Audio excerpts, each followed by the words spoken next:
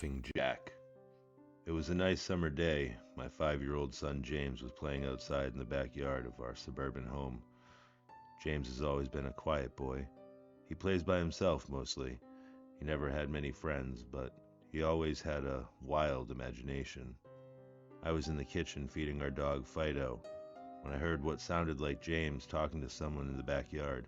I'm not sure who it was he could be talking to. Could he have finally made a friend? Being a single mom, it's hard for me to always keep an eye on my son, so I decided to go outside and check on him. When I went into the backyard, I was a bit confused because James was the only person back there. Was he talking to himself? Could have sworn I heard another voice. "James, it's time to come inside," I called out. He came inside and sat down at the kitchen table. It was about lunchtime, so I decided to make him a turkey sandwich. "James, who are you talking to out there?" I asked. James looked up for a moment. "I was playing with my new friend," he said, smiling. I poured him some milk and continued to pry, as any good mother would. "Does your friend have a name? Why didn't you ask him to have lunch with us?" I asked. James stared at me for a moment before replying. "His name is Laughing Jack." I was a bit taken back by what he said. "Oh, that's a strange name. What does your friend look like?" I asked, a bit confused. "He's a clown. He has long hair and a big swirly cone nose. He's got long arms and baggy pants with stripy socks, and he always smiles." I realized my son was talking about an imaginary friend. I suppose it is normal for kids his age to have imaginary friends, especially when he has no real kids to play with. It's probably just a phase. The rest of the day went by as per usual, and it was starting to get late, so I put James to bed. I tucked him in, gave him a kiss, and made sure to turn on his nightlight before I closed the door. I was pretty tired myself, so I decided to go to bed not long after. I had an awful nightmare. It was dark. I was in some kind of rundown amusement park. I was scared, running through an endless field of empty tents, broken down rides, and abandoned game huts. The whole place had a horrible look to it. Everything was black and white. The prized stuffed animals all hung from nooses in the game huts, all with sick grins stitched on their faces. Felt like the whole park was looking at me, even though there wasn't another living thing in sight. Then suddenly I began to hear music play. The sounds of Pop Goes the Weasel being played on a squeeze box echoed through the park. It was hypnotizing. I followed its tune to the circus tent, almost in a trance, unable to stop my legs from moving forward. It was pitch black. The only light came from a single spotlight shining on the center of the big top. As I walked toward the light, the music slowed down. I found myself singing along, unable to stop. All around the mulberry bush, the monkey chased the weasel. The monkey, though 'twas all in fun. And then the music stopped, right before its climax, and suddenly the lights shot on. The intensity of the lights was practically blinding. All I could see was a small, dark silhouette shuffle towards me. Then another one appeared, and another, and another. There were dozens of them, all coming toward me. I couldn't move my legs. My legs were frozen. All I could do was watch as the haunting figures drew nearer. As they got closer, I could see they were children. As I looked, each one I noticed they were all horribly disfigured and mutilated. Some had cuts all over their bodies. Others were severely burnt, and others were missing limbs, even eyes.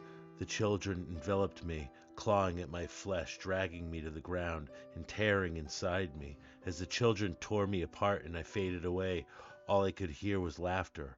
Horrible, awful, evil laughter. I went to relax in the living room, and I must have dozed off because I woke up a couple hours later. Shit, I need to check on James. I was a bit worried. It had been over 2 hours and I haven't checked on him. I went and stepped outside into the backyard, but James wasn't there anymore. I was getting nervous, so I called out to him. "James! James, where are you?" Just then I heard a giggle come from the front yard. I rushed through the gate around to the front of the house. James was sitting on the sidewalk. I breathed a sigh of relief and walked over to him. "James, how many times have I told you to stay in the backyard?" "James, what are you eating?" James looked up at me and then reached into his pocket and pulled out a handful of hard candies in all colors. This made me very nervous. James, who gave you that candy? James just stared at me, not speaking. James, please tell Mommy where you got all that candy. James hung his head down and said, Laughing Jack gave it to me. My heart sunk.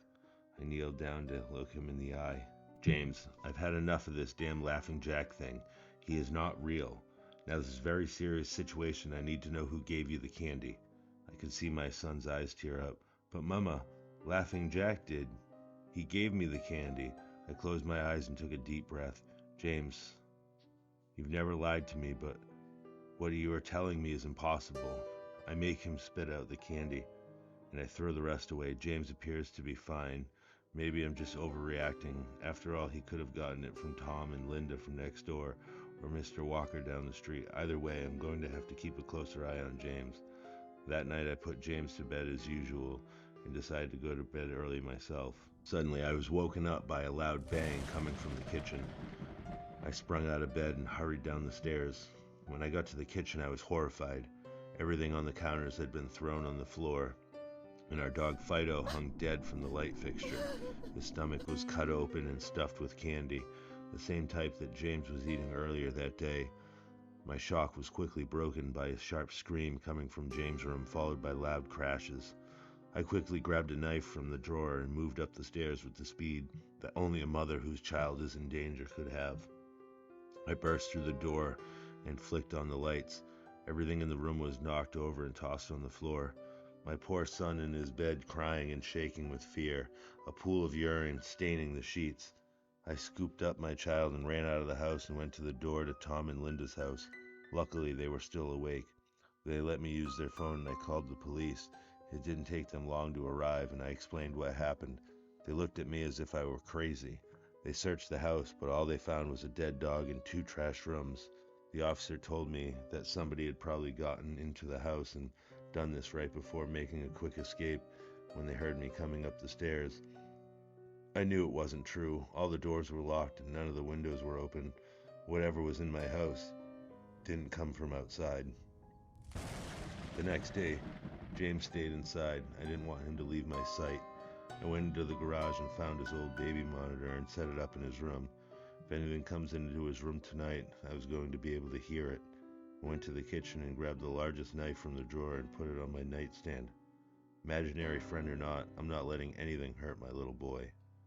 Soon enough, nighttime came. I put James to bed. He was afraid, but I promised him that I wasn't going to let anything happen to him.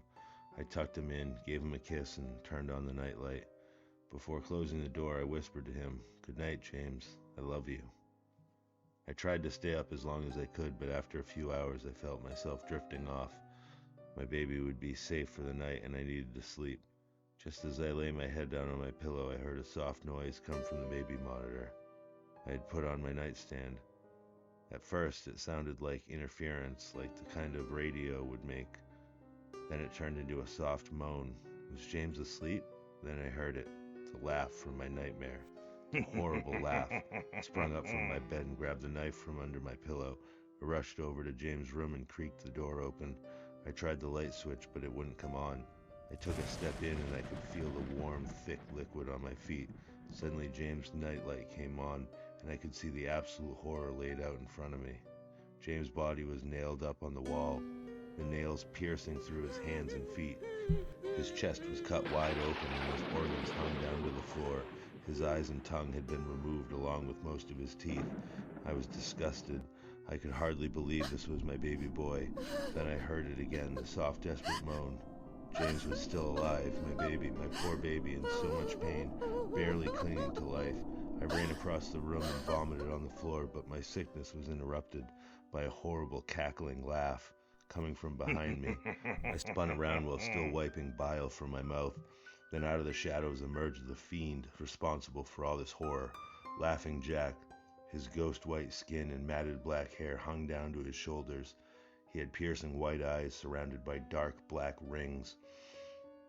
His twisted smile revealed a row of sharp, jagged teeth, and his skin didn't look like skin at all. It almost looked like rubber or plastic. He wore a patchy black and white clown outfit with striped sleeves and socks. His body itself was grotesque, his long arms hanging down past his waist, and the way he was poised made him look almost boneless, like a rag doll.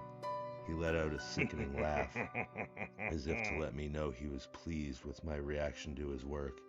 He then turned around and slowly in front of James began to laugh even more at the horrific sight he has laid out.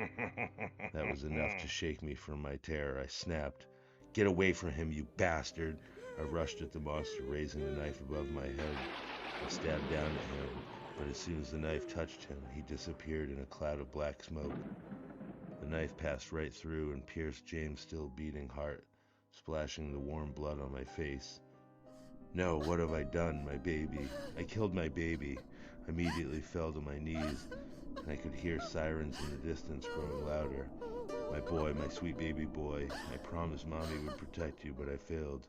I'm sorry, James. I'm so sorry." Police soon arrived to find me in front of my son, still wielding the knife covered in my baby's blood. The trial was short. Insanity. I was placed in a Ferropolis house for the criminally insane, where I've been for the last 2 months. It's not so bad here. The only reason I'm awake now is because someone is playing Pop Goes the Weasel outside my window. I'll talk to the orderlies about it in the morning.